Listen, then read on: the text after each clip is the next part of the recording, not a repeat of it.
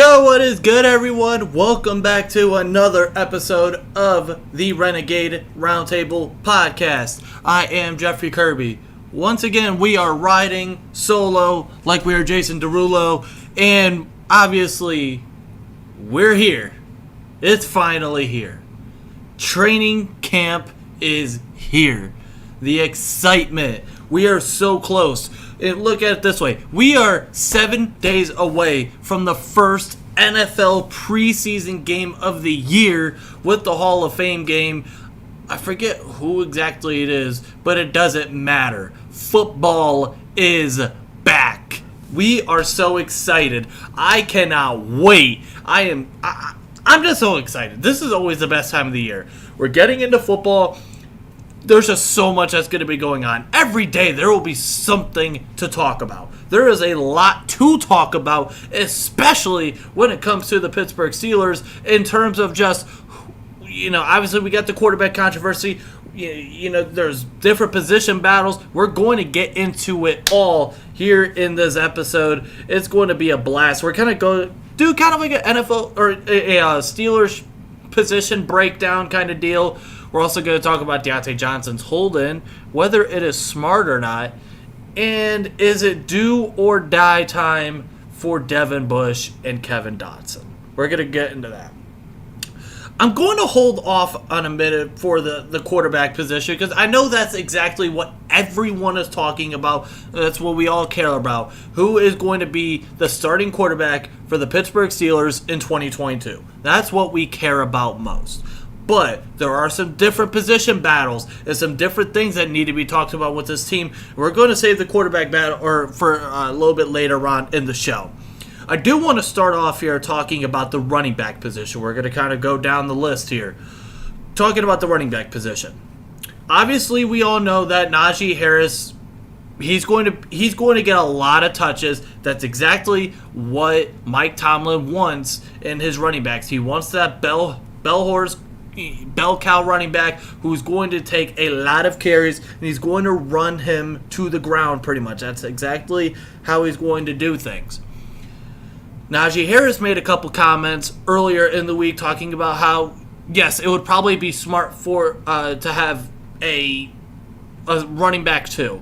And actually, real quick, I'm going to stop here real quick. I was on Twitter. I just had my Twitter pulled up. And this is Albert Breer. He had a thing. He said five from Steelers, talking about training camp here. He said, Kevin Colbert's wide receiver pipeline is still flowing. Rookies George Pickens and Calvin Austin have been impressed. And the team has hopes that both can contribute right away. We'll talk about that. The quarterback competition is fluid, but it's got a lead dog, and that dog is Mitch Trubisky. We'll talk about that. Dan Moore's growth plus the addition of Mason Cole and James Daniels equals a stronger and deeper offensive line. They'll still have to figure out the left guard. We're going to talk about that. Veteran defensive line Larry Ogunjobi appears to have enough left in the tank and should still be a key for the Steelers front with the loss of Stephon Tuitt. And Miles Jack is another third contract vet to watch out for. He's still just 26 years old and hasn't had a padded practice yet, but looks like he'll add some athleticism. Okay. I just saw that. That was very interesting. Back to what I was saying. Back to the comments about Najee Harris. Najee Harris, we all know, is going to take a lot of carries. And he mentioned earlier in the week that it would probably be smart to have a running back too. And I agree. We all know that regardless of who that running back two is going to actually be, whether it is still kept in-house or if they do decide to bring in yet another running back like they did earlier this week where they brought in Jerry McNichols from the Titans and they did release Trey Edmonds, that we all know did happen. And obviously when it comes to with McNichols, he's more of a pass-catching back. He's not really a guy that you would really want going in between the tackles. That's just not, I don't think, his style necessarily, so I think that would be a guy that would threaten more of a guy like Anthony McFarland more than Benny Snell. I think right now Benny Snell is still going to be that running back too if they stay put, if they stay strapped in terms of how this running back room is going to be. But Najee Harris, I mean, I think at the end of the day, there is now with the upgraded offensive line plus some mobility now at quarterback, it helps open up the offense a little bit. I think that could make Najee Harris more of a threat, especially now with a year under his belt, being able to understand. He has a full year in the NFL now. I think that's going to really benefit him a lot. And we all know that Najee Harris is going to get a lot of touches this year.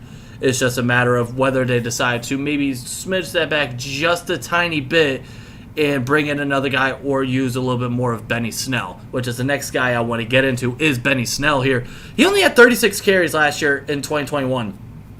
He had 111 and 108 the last 2 years. So only 36 carries, not that much. Obviously, those 2 years prior, you had James Conner there. And I think at the end, obviously, Najee Harris is more of that bell horse or bell whatever running back, whatever the hell term they like to say, bell cow running back. I do think the issue with Benny Snell is the fact that he hasn't been able to average 4 yards a carry throughout his career. Although when he has started, he's looked okay. But I think I would rather I want that guy who if they're going to come in and get maybe anywhere between 5 to 8 touches per game, which is typically what's going to end up happening for a running back too. It seems like for how Mike Tomlin likes to run things, I think at the end of the day, I would like to see Benny Snell have a little bit more of an impact on this team to help out with Najee Harris. I just don't think that's going to happen. We'll see. And obviously Jerry McNichols, again, he's got more of a pass-catching guy. I just don't see as much of an impact coming from him, and we'll see if he's going to end up still being on this team. And we'll see what happens with that. Wide receiver. We got to get into the wide receiver here because, all right, Hunter. What's up, Hunter? Najee Harris is a Demetric Felton, unfortunately. Benny Snell wouldn't sniff running back 6 on the Bronson 4. Did you say Grant Delpit wannabe Micah Fitzpatrick? Here you go. Now, the one thing I may agree with is Benny Snell would be probably running back 3 or 4. Probably more towards the 4. I would say that. But we'll see. Getting into what's up, Bills Prod? How you doing today? See, we got a Bills fan in here. How you doing? Jair or Trey White? Ooh, okay, this is interesting. I know you want me to say Tre'Davious White. I know that's what you want me to say.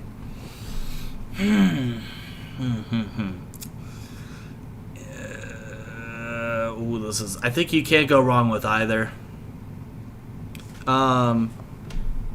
Yeah, I was going to say, it's very close. You could go a little bit.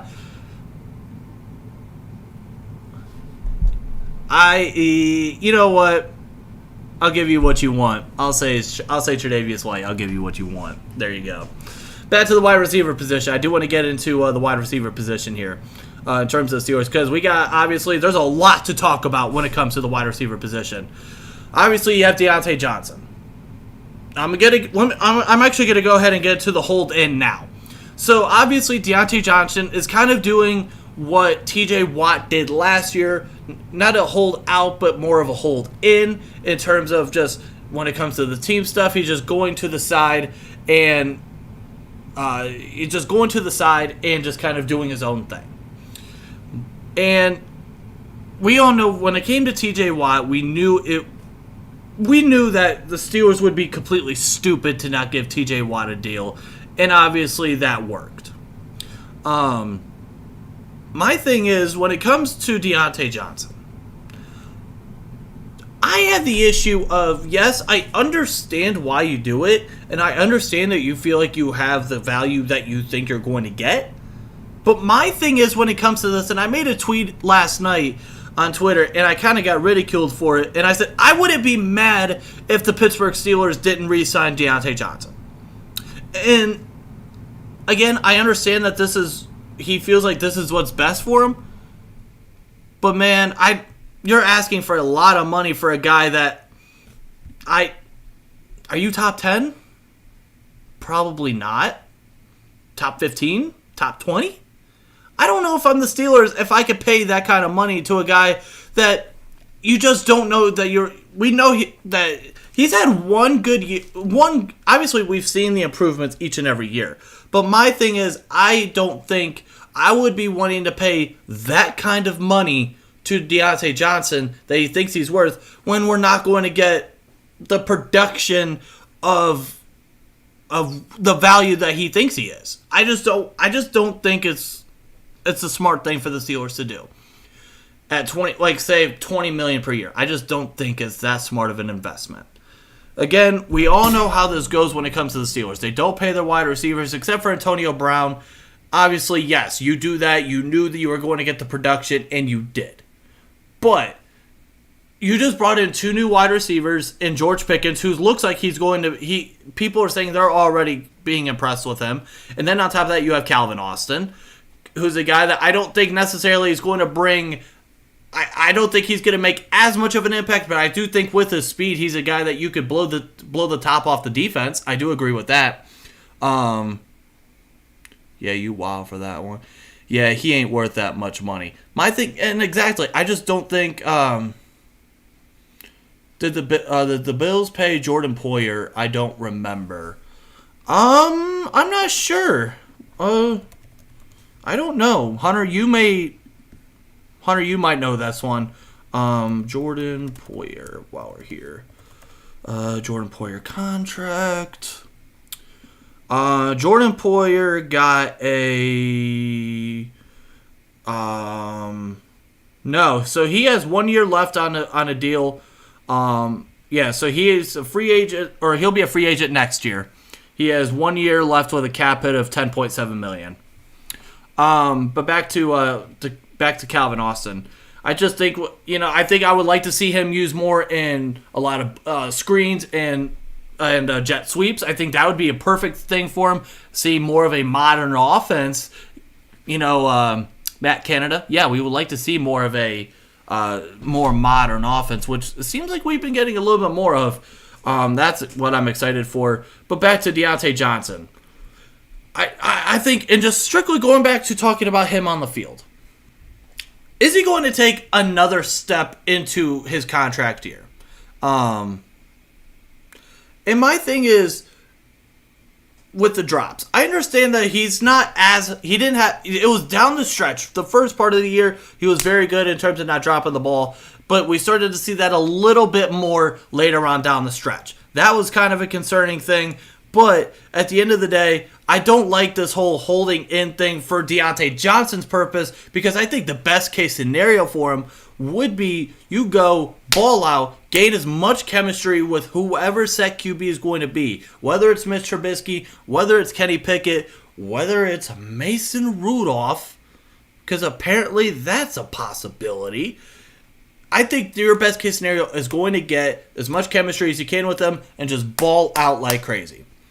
He says, if so, not gonna lie, no bias. I think they're the best safety duo. No bias. Can we all agree on that? So you have Jordan Poyer. Who is the other? Drawing a blank. Who else is the safety for the Bills? I'm trying to think. Why am I drawing a blank here? I might completely draw. Oh, well, here, let me pull it up. Jordan Poyer. Oh my God, that's a pretty damn. I will say that's a nice little duo you guys have there in safety. I think that's definitely nice for your guys' defense. I will say, what is your thoughts on obviously on Von Miller? Obviously I want what's your thoughts on that? Micah Hyde. Yep. What's your how happy were you for Von Miller coming in? And what do you think about what's going to happen with Kyer Elam this year? And that's going to be my question for you. But yeah, with Diontae Johnson, I think him in the RPO game, I think that's going to be very nice to see. Tie guy, bucket hat gang, yes sir. You know how we do it. We always got to rock the bucket hat. I just think him in the RPO, we saw that a lot last year with Ben. We all know he didn't want to throw the ball, longer than 2 seconds because he was afraid to get hit. So you saw a lot of the RPO game, and I think that's going to be something that we're going to see more of this year. And I think he's going to have a lot more of an impact, but we'll just have to see what happens. Chase Claypool, I just think we want to see the maturity.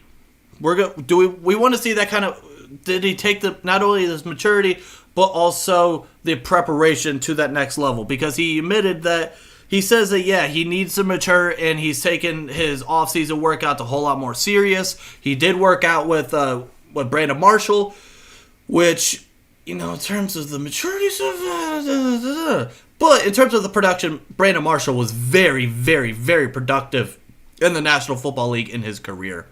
Yeah, he's half-washed, but he's good. I was so happy. Elam, I'm a huge fan of, and I'm a Florida and a Bills fan, so I like to have him. I think he's going to be good. That's how I was with Ryan Shazier, because I'm a big Ohio State fan, so I was very happy that we had Ryan Shazier, and I'm very sad that of what happened. I'm going to be excited to see what happens with Kyrie Elam, because he's like 6'1" or 6'2", so he's going to be exciting. He's going to be a little bit bigger of a corner too in terms of height, so that'll be nice for you guys.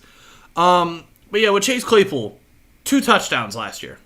It's not acceptable.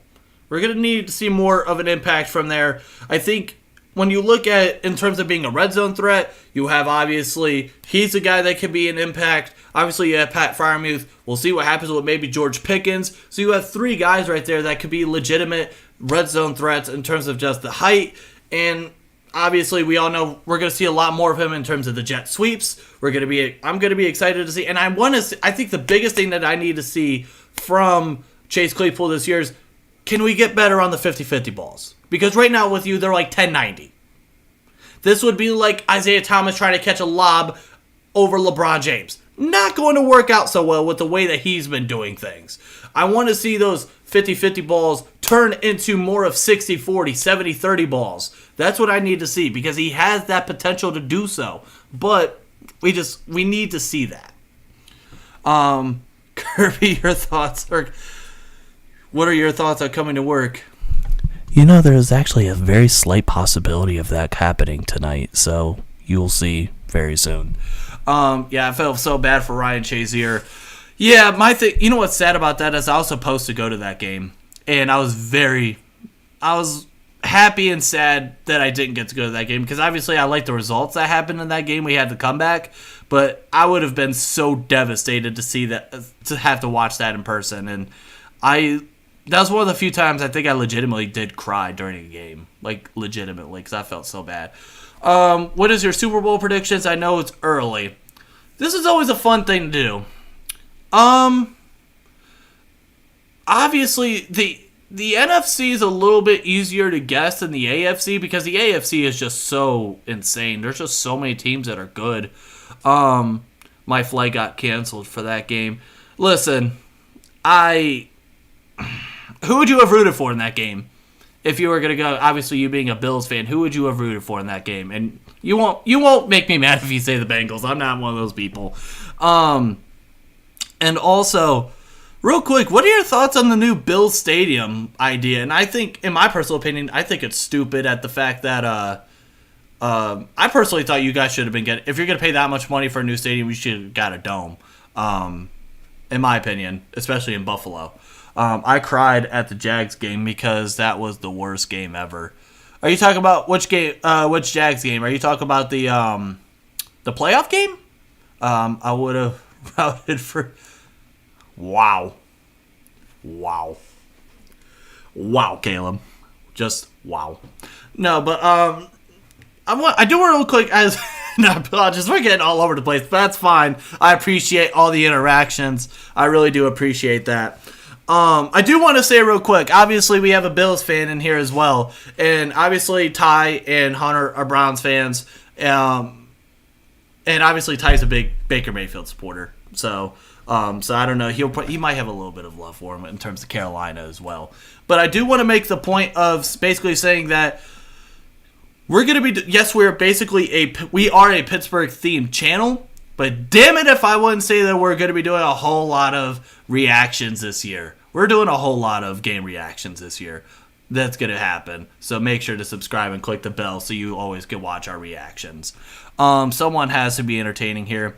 But I was at the playoff Bills versus Pats game. Good game. That made my year. Listen, that game ended up being one of my most viewed videos on the channel. I reacted to that game because that game was insane. Because I'm like, holy shit. I reacted to that game and was like, and that ended up being one of my most viewed videos on the channel, which was really cool. Bills fans, that's always been one thing. I've reacted to 2 or 3 Bills games on the channel, and they've always done pretty damn good. In fact, here, I want to look this up. What was most viewed? That game ended up being the 3rd most viewed video I ever did. That got 4,000 views. So, I will say shout out to Bills Mafia. And also, I'm going to make a comment here as well, because speaking of videos that have done pretty well, obviously, again, I mentioned we have a couple Browns fans in here. I do want to say that I too personally feel like that the decision is coming tomorrow. And when that does happen, you're damn right. You're going to see a video on the channel saying Steeler fan reacts to Deshaun Watson suspension. You will see that. That is a guarantee. I was hoping that the Steelers won against the Bengals. Oh, appreciate that. We'd like to see that. Now, who are you rooting for in terms of the Super Bowl? I do want to know that. But real quick, so that's really kind of how I feel. George Pickens. I want to get into George Pickens here. I've got to try to keep on a little bit on track here. I think he's a guy that can make an immediate impact. He is balled out so far in camp through 2 days. And yes, I understand that we are still football in shorts. I get it. But I still think he's going to make an immediate impact. And I think in terms of his blocking, in terms of the run game, I think that's going to bring a new dynamic as well. He just brings that tenacity. He brings a spark to the room. And damn it, we would love. I just love it. I was so happy to have that pick happen. Bills Mafia. Hey, listen, like I said, you guys, I've done a couple Bills games, and they've always done pretty damn well. I've done 3. Yeah, I've done 3, and all of them have done pretty well on the channel. So I will say shout out to Bills Mafia. That is the stadium I do want to say. I do want to. At some point in time, I do want to get you guys a stadium because I only live like 3 hours away. We'll have to make that happen at some point. Bills win over the Rams or Bucks. Bills 24-21. My thing is with I don't know. There's something weird that tells me the Bucks aren't going back. I just got this gut feeling that it's not happening again. Something tells me it's not going to be the Chiefs. Something weird tells me it's not going to be.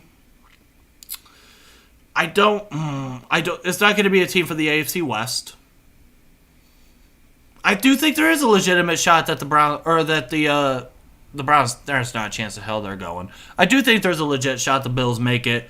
It's just my thing is, I don't know. There's just this weird feeling that I have with them. I don't know. If there's a couple teams that if it's not going to be the Steelers that I would like to see win a Super Bowl, I think the Bills would be one of them. I do want to get into the offensive line here because I think this is another big discussion to talk about when it comes to the Steelers in the offensive line because obviously we have Dan Moore. He's good. We're going to see some growth out of him. Center, we have Mason Cole, a new acquisition. He's going to pretty much assume that starting center spot. Brought in James Daniels from Chicago, and then you obviously re-signed Chuks Okorafor. But the big question is going to be that left guard spot between Kevin Dotson and Kendrick Green. Now, Kendrick Green earlier today made a comment saying that he's excited to be in this position to fight for the guard spot because he personally did not like playing center, which, in my opinion, I'm not personally mad at that comment because he is more of a natural guard. And center is a hard position. I listened to an interview earlier this week with Ramon Foster, and he talked about how hard it is to play center. And guard is just a matter of, can you go out there and just play smash mouth football? In the offseason, did you get stronger? How much more did you get into the playbook and just learning the playbook even more? And when it comes to Kevin Dotson, he's been there. He's the veteran in terms of those two. But obviously he's dealt with injuries. He dealt with injuries a little bit late last year as well. So at the end of the day, it's going to be a good battle to see. And whoever comes out on top, it's going to be a matter of who wants it more. And it's going to be a great battle. I think it's a very important battle. I'm going to be very excited to see what happens with that. I'm disappointed about the stadium. Should have been a dome. I agree. I think if you're going to especially pay that much money, especially in those climates, there's not a chance in hell you don't get a dome. And I think on top of that, I think that would help bring in some different stuff as well for you guys as well. I mean, look at what, like Indianapolis, they have a dome, and look at how much stuff they have there. I just think we're in the era now where you need to have some sort of dome if you're a team nowadays, unless you're down south somewhere. Let's get to the defense here. I don't really have that much to say about the secondary. There's certain guys I want to see a little bit more improvements from, especially guys like James Pierre. That's kind of who I really want to see from.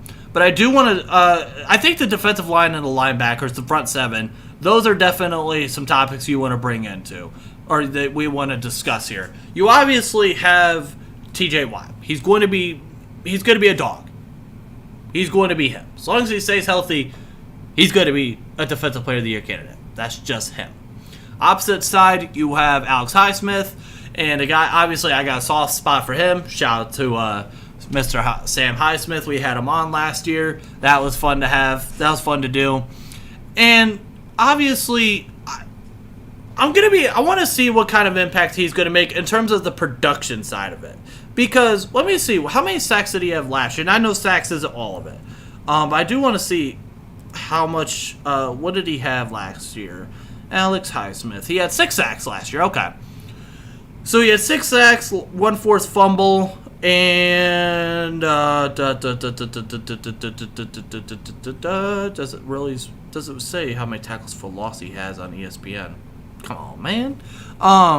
But yeah, I think if we could get 8 to 9 sacks, if we could get up to that level for Alex Highsmith, that would be great to see for him. Then you look in the interior part. Tyson Alualu, he's coming back from the ankle injuries from week 2 last year. He's 33 or 34 years old. How is he going to look? Is he going to come back and be the same player that he was beforehand? And if not, and I can't be mad at him if that's the case. I mean, it's just how the cookie crumbles at that point. But in my opinion, I just feel like, and this is why you bring in a guy like Larry Ogunjobi, and you have to have more of that depth. Because last year, when Tyson Alualu was out, you already weren't without Stephon Tuitt. Now he is gone. He's retired. So you were having a gaping hole in the interior part of that defensive line. So you get Tyson Alualu back. You bring in Larry Ogunjobi. You still have Montravius Adams. He was the guy that made an impact later on last year. Chris Wormley. In terms of the run defense, not that great. He's more of a pass-rushing defensive tackle or interior defensive lineman. And then, other than that, you just have guys like that. I think I would like to see a lot of an impact from Larry Ogunjobi is continue on from his career year. Last year, we had 7 sacks. He's a guy that can stuff the run and get to the quarterback. I like to see that. And then on top of that, again, with Tyson Alualu, what kind of Tyson Alualu are we going to get? Or is he going to go back to what he was doing in 2020? Or are we going to really start to see that decline? What do you Tremaine Edmonds on the Bills? Do you think he's good? I like Tremaine Edmonds. Obviously, if there's a brother or if there's a player that has a brother that plays on the Steelers, I always have a little bit of love for him, for the other brother. Tremaine Edmonds, he's a dog. He's obviously the best Edmonds brother out of the 2. Or out of the 3, actually. I apologize. Just forgot about Trey Edmonds because we just released him. He's gonna he makes a lot of impact for you guys. I like that kid a lot. Tackle machine. But yeah, and just in terms of, and then I also forgot you drafted DeMarvin Leal. He's a guy. He's gonna help out. He brings in a little bit of youth into that position as well. So, you get to learn from guys like Cam Hayward, Tyson Alualu, Larry Ogunjobi. You get to learn from guys like that. And I think that is going to make a huge impact for him. Because when you get to learn from some of the best, especially in Cam Hayward, the second best defensive lineman in the NFL, interior defensive lineman, outside of Aaron Donald, also Pitt Panther, then you're in good hands. It's like Allstate. You're in good hands. Not sponsored, by the way. Then you get into the linebacker position here. And then obviously, and the biggest question is, and then we're going to get into the quarterback position. Is Devin Bush going to bounce back from a horrendous 2021 year? He was horrendous. And can Miles Jack, can he come back and bring some of that, bring back some of the production and hype that he had coming out of the draft in 2016, where he was a guy that was supposed to be a top 5 draft pick if it wasn't for the knee injury that literally left him completely out of the first round? Can he bring that kind of impact back, especially what he did against the Steelers in 2017 twice? He was phenomenal in those games. And obviously, you have Brian Flores. He's a guy that's going to bring a lot of knowledge and impact into that defense with the linebacking as well. And then on top of that, you've been rotating Robert Spillane in there. How is he going to be? Obviously, if I'm not mistaken, he got a pick, I believe it was either yesterday or today. So you have that going for you. He's been rotating in with the ones. And just overall, you have that battle at middle linebacker between Devin Bush, Robert Spillane, and Miles Jack. Because if I'm not mistaken, there was 4 or 5 or 6, somewhere in that range, separate occasions where Devin Bush and Joe Schobert just got benched. They were done for. They just didn't finish the game. And it was ended up being like Marcus Allen and company. So those are things that I want to where you want to look at in terms of the linebacker core. Now we get to the quarterback. Now we get to the fun stuff. We get to the position that everyone has been talking about. And I don't know why I was getting a phone call, but that's interesting. Okay, cool, awesome. Let's talk about Kenny Pickett here for a minute. Or let's talk about Mitch Trubisky, who right now seems to be QB1. Right now, my thing is, and here's the issue that I have. You get guys like Andrew Filippone. You get guys like Chris Muller, not to the extent of Andrew Filippone, but we'll throw him in there. You get guys like that where obviously I'm from Cleveland, you get people who are the Baker Bros.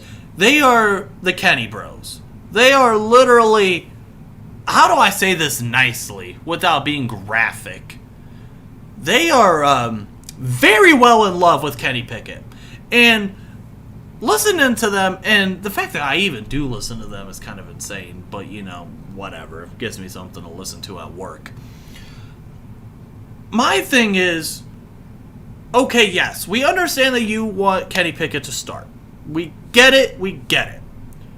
But damn, sometimes you guys just sound so ridiculous. My thing is, at the end of the day, if Mitch Trubisky goes out there, and yes, do I think he should just be given the job? No, I don't think so. But at the end of the day, Kenny Pickett is going to have to earn it.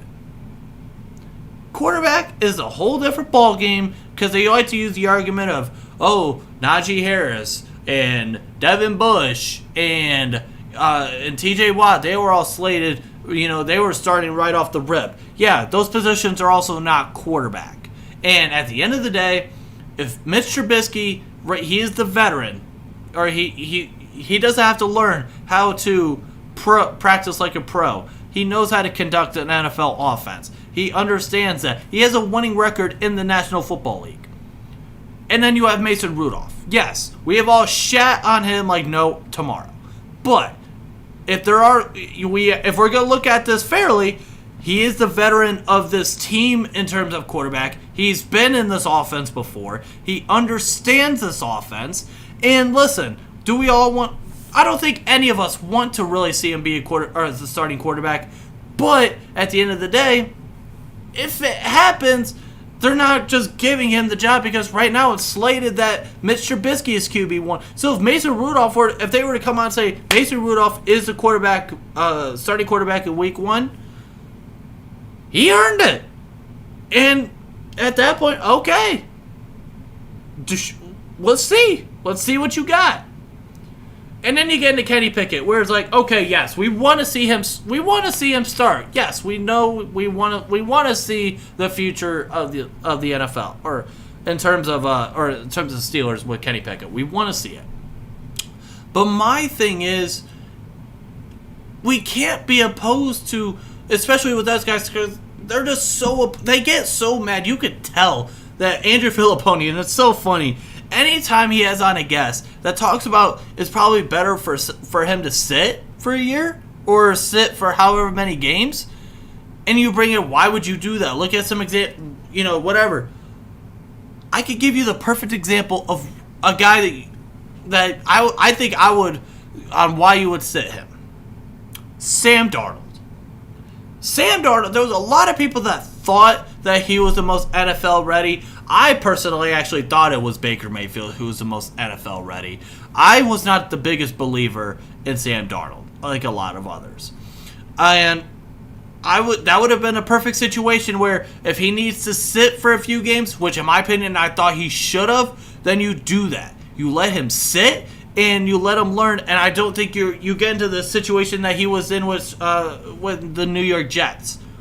He was one of those guys that you needed to let sit. Josh Allen was one of those guys that you wanted to let sit. They tried to do that, but Nathan Peterman was just so abysmal that they just couldn't do it anymore. Baker Mayfield, they actually did do that. They did let him sit for. They were gonna, if they could, it would have been, if it was up to Hugh Jackson, he would have sat for the whole year. It'd have been Tyrod Taylor. And if for those that watched last week's episode, I made the comparison of the 2022 Steelers quarterback competition versus the 2018 Cleveland Browns competition. If you didn't see that, go check that out. But I just don't have the issue of if Mitch Trubisky is going to be the guy. I don't have that issue. Now, but the biggest question for me is going to be what kind of leash? How long of a leash is he going to have? Here's a reminder again what I just talked about. Nathan Peterman in 2018 in Week 1, he played so bad, and they just brought in Josh Allen for the second half. Do I think Mr. Trubisky is going to do that Week 1? No. But how long of a leash is it going to be? Is it going to be? That's my thing. I want to know how long of a leash is he going to have, not only with just the fans, but with the coaching staff as well with Mike Tomlin, where they're going to say, all right, it's time to put in Kenny Pickett, or time to put in Mason if he's still on the team. Let's do that. Calvin Austin is going to be wide receiver 4 with his speed alone. Calvin Austin is the guy that I think, what I would like to see a lot from them. I would like to see them get him out in space. A lot of screens, a lot of jet sweeps. That's what I want to see a lot from him of. Because, obviously, people, when we talk about smaller, fast guys in the NFL, everyone just goes to Tyreek Hill. Tyreek Hill is amazing, and I think you're just putting him on way too high of a pedestal when you're doing that, and you just put a lot of unnecessary pressure on him when you make that kind of comparison. But Tyreek Hill is one of those guys. You get him out in space. You use a lot of jet sweeps. Get him in some screens. Get him just in open field, and he can He can make you pay. And I think that's the kind of impact that I would like to see them use when it comes to Calvin Austin. Use his speed to his advantage and go from there. That's what I want to see the most. But yeah, just in terms of Kenny Pickett, here's my other thing too. The one thing that I don't necessarily like, and right now we're early on in the camp, and we'll see how this goes throughout the camp, and this is something a lot of us are monitoring, including myself, is how many snaps or how many reps is Kenny Pickett going to get with the first team? What is he, or is he going to continue to always just get in the third string reps? Are we going to continue to see that? Because is it really a competition if Mr. Trubisky is going to get all the number 1 reps? No. So that's my issue. Is if we're going to do an actual competition, we got to get Mason Rudolph some reps. We got to go and get Kenny Pickett some reps after the first team. Let's see this. Let's legitimately do this if we're going to do that. Now, if you're going to just say, listen, that Mr. Trubisky's pretty much going to be QB1, fine. I'm not necessarily mad at it. For those that were there when I did my NFL free agency live stream, I wasn't too happy about the pick, but then you think about it a little bit over, it's like, okay, it's not as bad.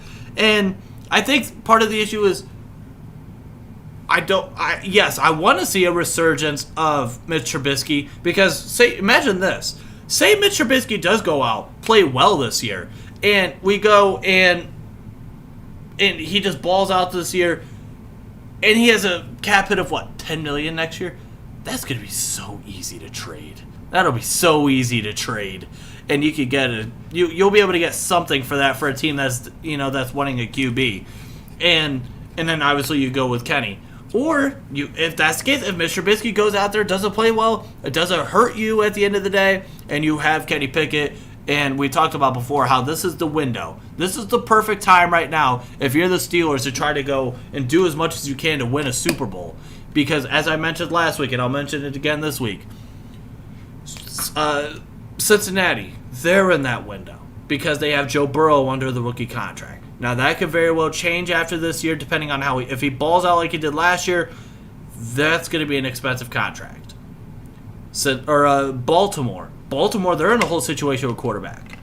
Cleveland's a weird situation because I think next year, if say for example Deshaun Watson got suspended the whole year, that contract tolls, now he has $1 million cap hit for next year. Now you have that window of, okay, you go and try to spend as much as you can and win.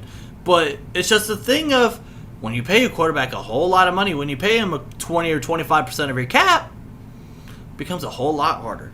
I think we're going to see that with Arizona. And it's going to be very interesting to see when you're paying a quarterback $45, $46 million a year. But that's just kind of how I feel about everything. I just want to see how many QB reps or first team reps Kenny Pickett's going to get. That's just something I really want to monitor when it comes to that. But for those that are still watching, what is up? How you guys doing? I hope you guys did enjoy going on Twitter. I'm just checking to see if there's anything that's going on that any interesting news. Like I said, I personally do feel like the Deshaun Watson, I think that's going to come out tomorrow between 3 and 5. That's my gut feeling. That's just how I feel. Other than that, I don't really have much else to talk about. I can't get into the Ben Roethlisberger, Cam Hayward debacle. I really could care less. Ben Roethlisberger is not the QB anymore for us. I don't really have much to say about him anymore. Thank you for what you've done, but just honestly do me a favor, shut up. Johnson thinks holding out will get him paid. We will trade him if he doesn't play all till the trade deadline. Here's my thing. He's going to play because that would be the best case scenario for him, or the best thing for him to do is play. And that's why I mentioned this earlier. I don't think you were here for that. I think the hold in is not the best case scenario for him because you're not a TJ Watt. You weren't a Minkah Fitzpatrick who was a top 2-3 safety in the NFL. You're not TJ Watt who is the best pass rusher in the NFL, or going into last year, one of the top 2. If you wanted to bring in Myles Garrett to that conversation as well, you're not.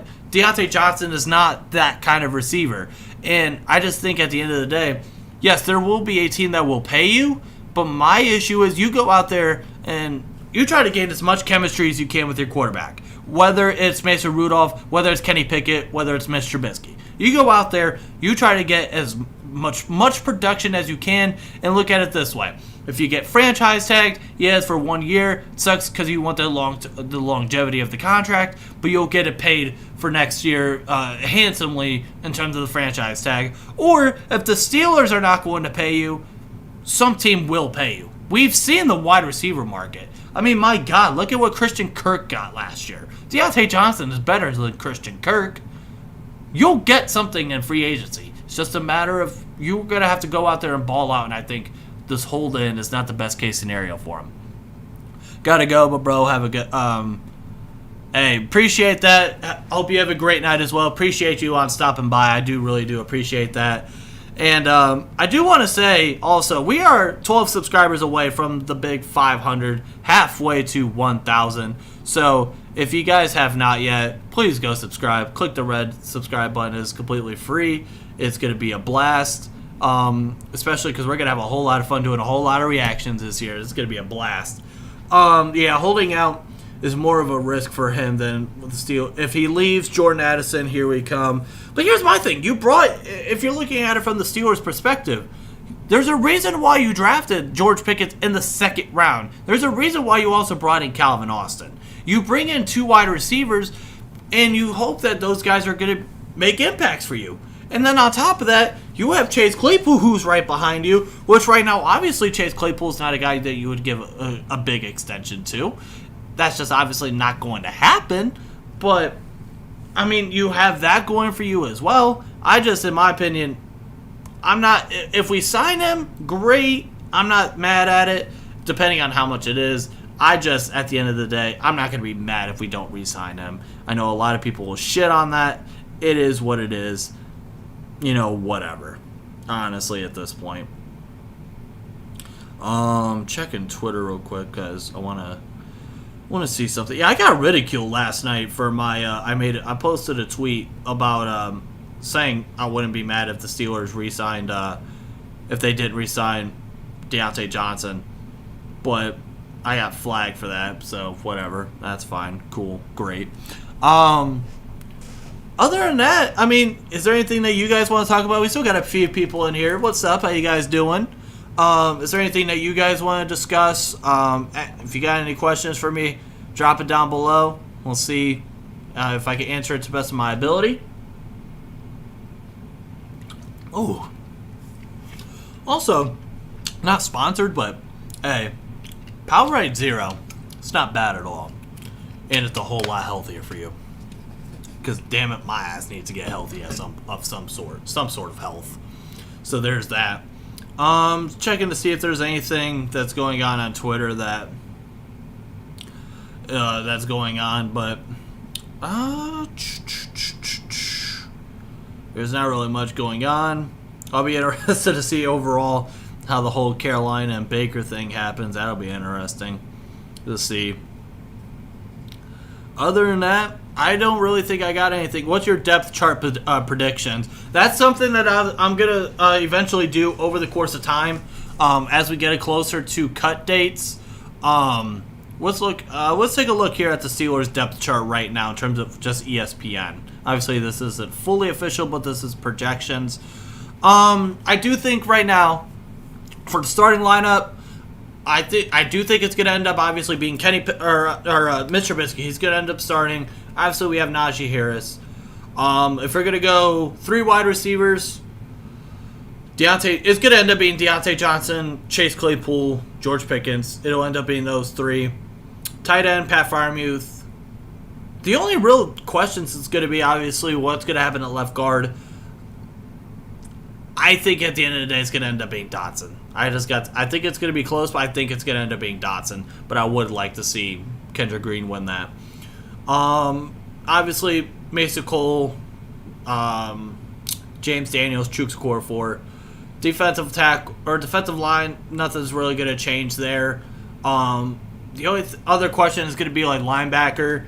Obviously, Spillane's in that mix with Devin Bush and Myles Jack. I think it's going to end up starting out with Myles Jack and Devin Bush, and we'll see down the line from there.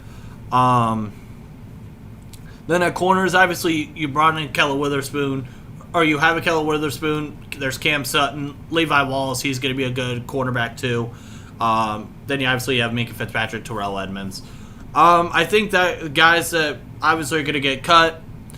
I think a surprise cut could end up being maybe not a surprise cut, but I could see a scenario where Anthony McFarland is gone. I personally don't see. There's a couple guys. I personally don't see Kevin Rader or Raider, whatever, third string tight end. I don't see him being on this team. I could also see them getting rid of a guy like. I could see this being the year where like either Tyler Snead or Cody White is gone.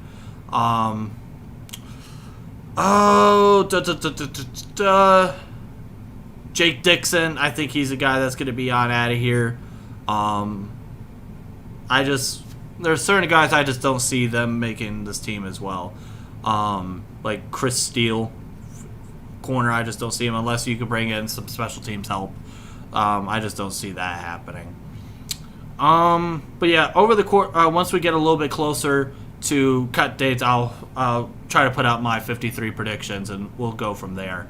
Other than that, I don't really see much else that's going on the Twitter on the Bird app, seeing anything that's going on. It's going to be fun. It's going to be a whole lot of talking, a whole lot of football. It's going to be great. Obviously, as you can see, Caleb hasn't been on in a few weeks, just with work and stuff. He'll be going back to college here shortly. So he hasn't been on, but it's great because I can talk a whole lot of football. I can do that all day long, which has been nice. Obviously, in terms of the Pirates, there's a couple guys that we're going to probably see gone. Ben Gamble, Jose Quintana, and those two definitely, I can see those two being gone. It's going to be interesting to see what happens with the trade deadline coming up in less than a week, if I'm not mistaken. If I'm not mistaken, it's less than a week. Yep, this coming Tuesday is a trade deadline for the National Football League, so that'll be fun to see what happens with them. Obviously, Andrew Benintendi going to the Yankees. Shout out to Jared because he's a Yankee fan, but it's honestly still fuck the Yankees. We all know that. Other than that, I think that's everything for me. Unless you guys I'll give you guys another 30 seconds to ask me another question or something. But until then, if so, hope you guys have a wonderful weekend. Thank you guys so much for tuning in. If you guys haven't yet, subscribe. Again, we are 12 subscribers away. Go and tell your friends, your family. Just go and tell everyone that you know, hey, go subscribe to Renegade Roundtable. It's going to be a blast. We do appreciate that. And I think until then, we are going to get on out of here. Till then, hope to see you guys in the next video or the next live stream next week. After the Renegade Roundtable podcast, we're definitely going to do our first reaction video of the year for the NFL games. It's going to be a blast. It's going to be great. But until then, hope to see you guys in the next video or the next live stream. Have a great weekend. Stay safe. Don't do anything stupid. Don't get in trouble. And go Steelers. Peace out.